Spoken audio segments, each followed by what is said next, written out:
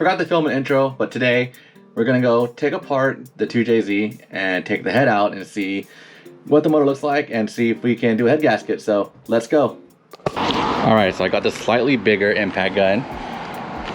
Let's see if this one works. Put a 22 on. Should go in. Come on, go in, sir. There we go.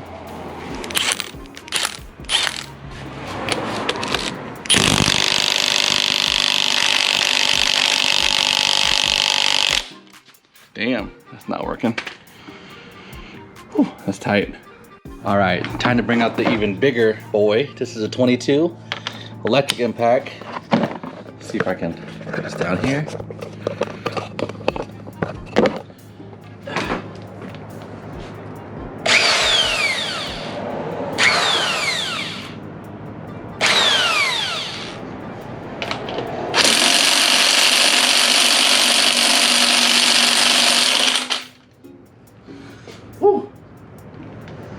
All right, I'm gonna start taking off these coil packs, and then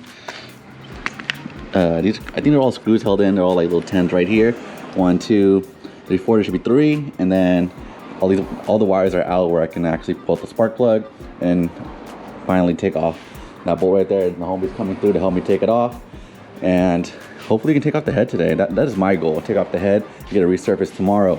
I got my boy Efren right here. He just opened a shop. What is it called? See. It's called Elite Performance Auto Repair. You guys taking business? Everybody. Everybody? Where's it at? What's the address? It's 1571 Industrial Parkway. It's over in Hayward, California. Get at me. Whatever you need. We're diesel friendly too, so. Oh, yep. You got the little 2500 right there. Yep. He told me to take apart the motor real quick. Should be easy, but only guy I trust working on my car. We'll see. We're gonna see what happens. Trying to maintain the trust. Finally broke this bolt loose. The giant impact didn't work, so we had to use 2 breaker bars and extend them and some muscles.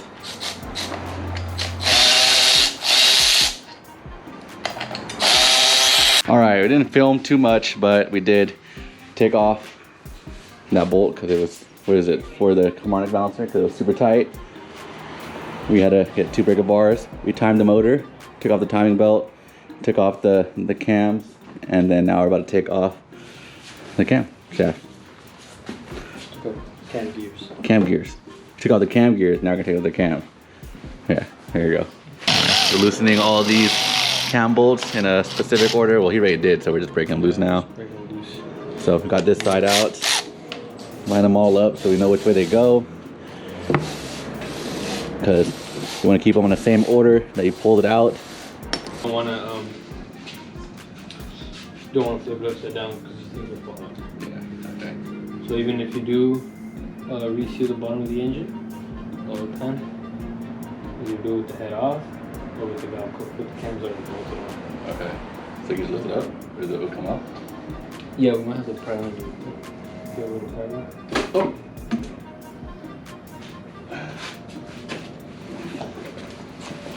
Not that heavy.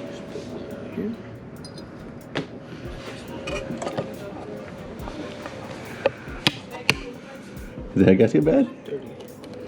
How can you tell if the head gasket's bad? You will see it. You will see if you have. You had like a. If it was like a black spot right here, you have combustion gas getting through. I mean, it doesn't look like. Does it look bad? I can't tell. It looks like there's rust in here though, like water gone there. Yeah.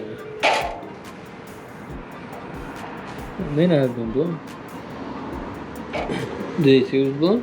That's what they said. Oh, look at this. Huh? Blown? No. What is that? It's disgusting. You see that? Yeah. It's like rust everywhere though. Yeah. You think it's a bad block? You think I should just get a new motor? No, I think you might be able to clean this out. It's not gonna be easy. So what I think you should do, if you want to reuse it, because you're trying to kind of be on a budget, right? Yeah. You should just blow hella air through it. But you're gonna have to take the oil pan off. Blow air, brake clean through it, clean it as good as you can. Yeah. And you put it back together, do like 2 or 3 cooling flushes. Oh, yeah. You can try to get all this shit out, man. Is this bad right here? Yeah, it's hella dry. How long have you had it cooled? Like 2 weeks. Did you have it outside?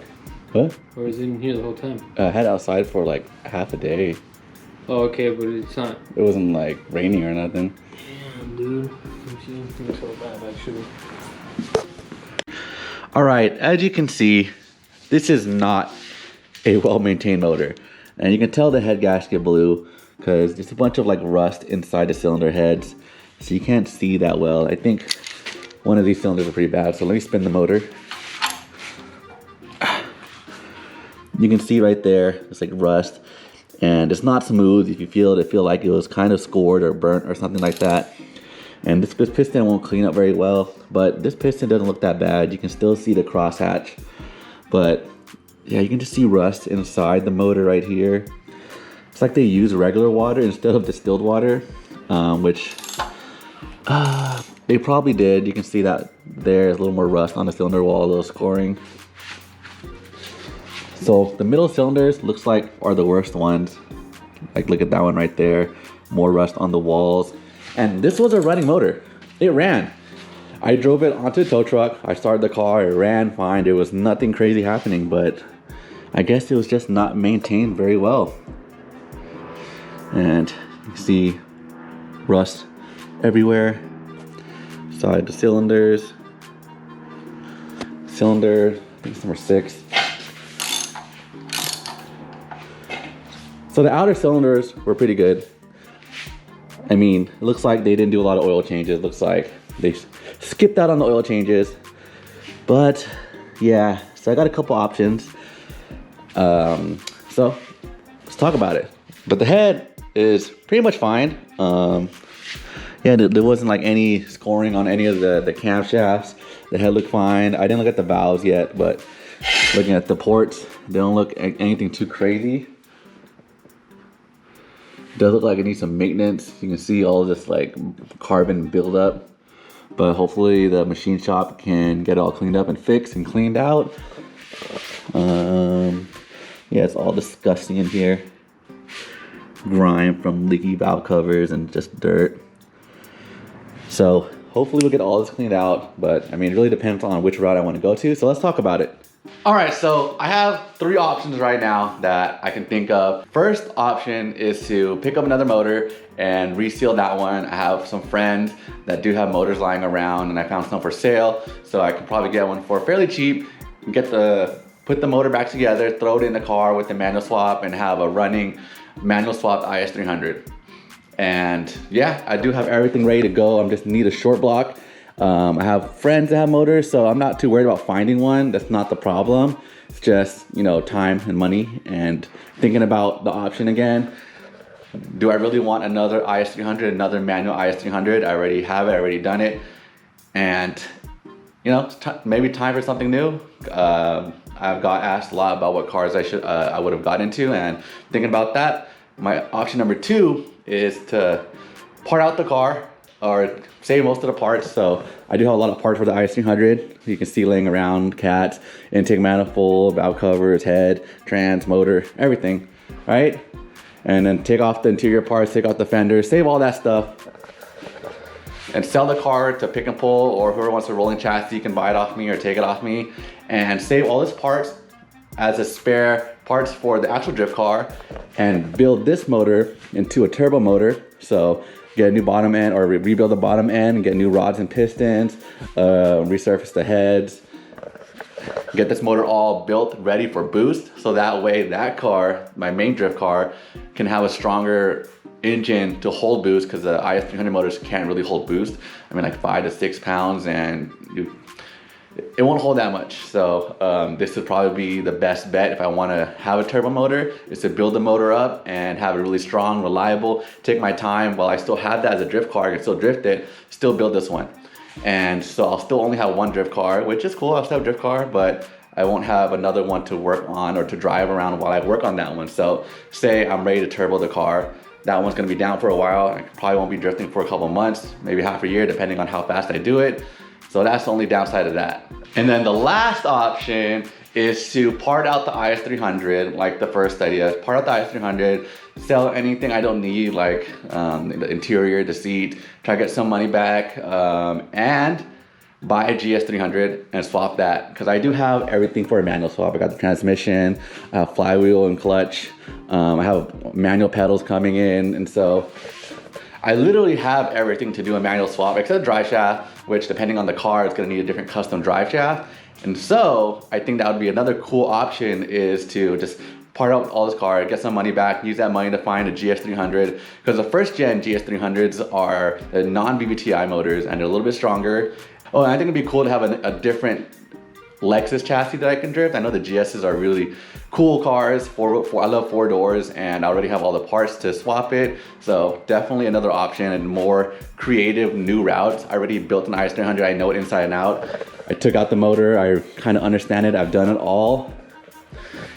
And the GS300 is almost exactly the same motors, just non-VVTi, but different chassis. And so I think it'd be really fun to get into something different, something new, something I can learn on, but something still familiar.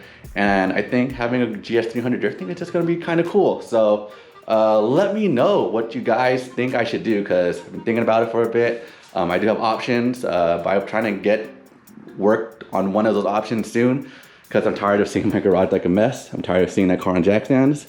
And I miss drifting. I still have that car, so probably gonna drift it soon, but either finish this build, finish putting the motor back together, find a new one, throw an IS300, just daily it, have it as a spare drift car, or sell everything, keep these parts as drift spares from my current drift car and build a turbo motor, or part out everything and buy a GS300 and build that up and I'll still have this motor that I can build up for a turbo motor just in case that one goes out.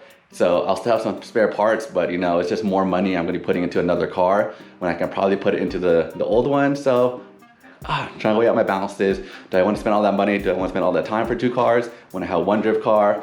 Hard choices, right? So let me know. Trying to figure it out. I'm thinking about it. So put down in the comments what you think I should do, and maybe in a week or 2 I'll decide. So hope you guys like this video.